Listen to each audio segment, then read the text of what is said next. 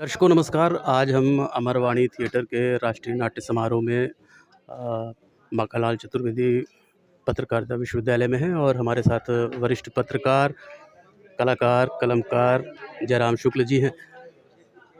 Sir, आप ये festival में आए और हमेशा ही सहयोग करते रहे कलाकारों का। कैसा रहा ये फेस्टिवल और क्या कहना चाहेंगे इसके बारे में? महत्वपूर्ण विषय पर था। गोस्वामी तुलसीदास और राम कथा पर था कि राम कथा किन दुश्वारियों में, किन परिस्थितियों में उन्होंने लिखी।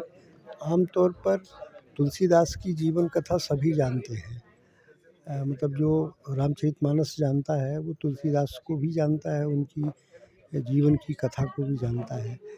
लेकिन राम कथा का महात्म्य ऐसा है कि उसको जिस तरीके से जितनी बार प्रस्तुत किया जाए वो हृदयग्राही और नयनाभिराम लगती है और प्रभावी लगती है।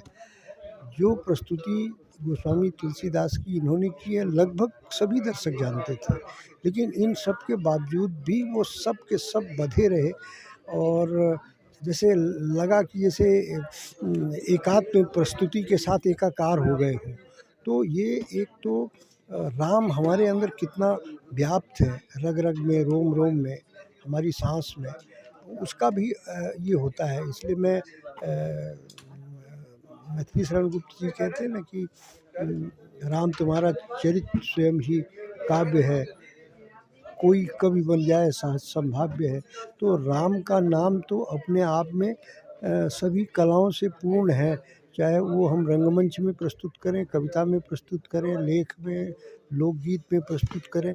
इस दुनिया में जितने भी प्रदर्शनकारी रूप हैं और कलाएँ हैं, उसमें सबसे अधिक प्रस्तुति यदि किसी की होती है तो भगवान राम की होती है।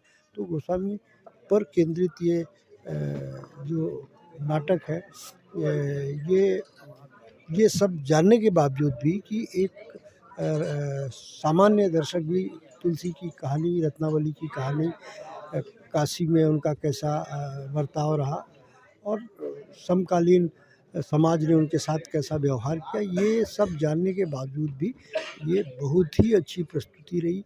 ये 2 दिन का जो इनका फेस्टिवल था, कल भी और आज भी, जो आकार की टीम ने प्रस्तुत किया लोकगीत, वो भी अद्वितीय था। अभी तक क्या है कि हमारा बघेलखंड एक सही सुनियोजित तरीके से प्रस्तुतियों में पीछे रहा है, लेकिन अब बहुत आगे उभर के आ रहा है। मतलब दृश्य संयोजन भी, वेशभूषा भी, प्रस्तुति भी। तो आप निकट भविष्य में देखेंगे कि पूरे देश के रंगमंच में और जो प्रदर्शनकारी कलाएँ हैं उसमें यहाँ के लड़के श्रेष्ठ काम करेंगे, कर भी रहे हैं। यहाँ की प्रस्तुतियाँ पूरे देश में हो रही हैं। आपने एक बहुत अच्छी बात कही कि अपने वक्तव्य में कि टिकट लेके आना चाहिए लोगों को। लेकिन क्या तकनीकी रूप से ये सही हुआ कि जब टिकट लगाएँगे तो क्या जिस तरह से अभी ऑडिटोरियम मिल रहे हैं तो क्या फिर मिलेंगे? ऐसा कुछ संभावनाएँ लगती हैं आपको? देखिए उसके दूसरे रूप हो सकते हैं। देखिए पहली चीज़ तो जितने भी थिएटर हैं रीवा में अभी पुनर्जागरण का दौर, जैसा मैंने कहा, सांस्कृतिक पुनर्जागरण और रंगमंच की क्रांति का दौर है। तो वो सहयोग तो मिलेगा जो इसमें सहयोग करते हैं, लेकिन उसको पुराने ज़माने में पहले जो थिएटर होते थे, नौटंकी और ये सब होती थी, तो उसमें पैसा उगाहने के कई तरीके होते थे। मतलब नुक्कड़ नाटक में भी पैसा उगाहने के तरीके थे, नौटंकी में भी थे। वो जब बीच-बीच में वो अपील भी कर लेते थे। अब ये थिएटर क्लासिक होता है, इसमें तो बेचारे पब्लिक से माँग नहीं सकते। इवन जो हमारे गाँव की रामलीला होती है उसमें भी कुछ ऐसे उपक्रम बीच में रख देते हैं जिसमें लोग चढ़ौती चढ़ाते हैं। हाँ, बीच में बोल देते हैं कि फलाने उनको की तरफ कुछ से आया पैसा है। नहीं, उसके अलावा भी ऐसा कोई, जैसे राम दरबार सजा दिया, बोला इनकी आरती करिए। अब 2-4 बड़े लोग गए, आरती किए, 2-400 दिए, फिर उनकी देखा-देखी ये कि भागवत कथाओं में भी ऐसे चलता है।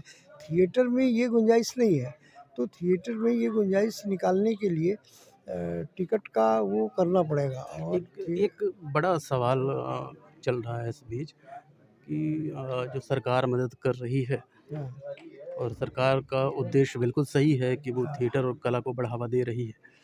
लेकिन इस बीच रंगकर्मियों के बीच ये चर्चा है कि इस वजह से थोड़ा-सा हास भी हुआ है, क्योंकि प्रस्तुतियों के नाम पे कुछ भी कर देते हैं। तो क्या इस पे नुकसान हो रहा है या फ़ायदा हो रहा है? देखिए जो हालाँकि स आज की प्रस्तुति अच्छी थी, इसके पहले भी बहुत अच्छी प्रस्तुतियाँ हुई हैं। देखिए, क्या होता है कि ये सब में है, यदि आप किसी का नमक खाएँगे, तो उसके प्रति आपकी सद्भावना रहेगी। हुँ, हुँ। मतलब मीडिया भी ऐसे ही है, अखबार को सरकार का सहयोग ना मिले तो अखबार नहीं छपे। हुँ, हुँ, तो हुँ। आप इसलिए कहते हो ना कि वो फलाँ के समर्थक का मीडिया है, हुँ, हुँ। ढेका के समर्थक का मीडिया हुँ, है। हुँ।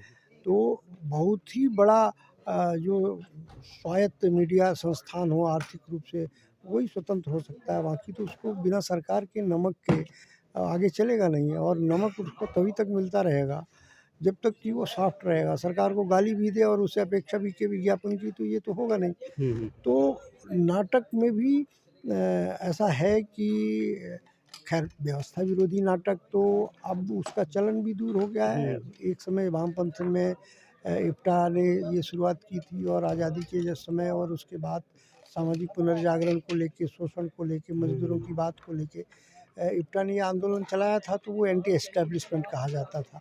वो लोग चंदा माँग के हाँ, इस तरीके के प्रदर्शन करते वो थे। तो ज़माना गया। अब हाँ। नए लोगों को आप क्या संदेश देना चाहेंगे कि कैसे, किस तरह से देखिए 2-3 विकृतियाँ भी आ रही हैं, जैसे एक लिप सिंक वाला मसला है। हुँ, हुँ।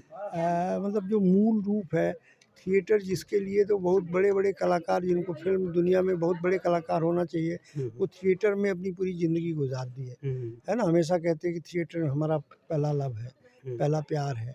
अब जो तरीके आ गए हैं मंच में और ये एआई और ये सब हुँ, चीज़ें आ गई हैं ना, ये बहुत ख़तरनाक है। जैसे इंस्ट्रूमेंट गायब हो रहे हैं, हुँ। पहले नगाड़ा होता था हाँ, और उसका अलग तमाम ये प्रभाव सब, होता और था। एक अलग से संगीत मंडली बैठती थी। हुँ, हुँ। अलकनंदन जी को देखें तो, या हबीब तनवीर और अलकनंदन जी, बाबा कारंत, इन सब की जान संगीत था। हुँ। इवन नई पीढ़ी के संजय हुँ, हुँ। उपाध्याय, इन सब की इन इन सब की जो प्रस्तुतियाँ हैं, इनकी इनकी आत्मा ही संगीत थी, और संगीत की मंडली अलग बैठती थी।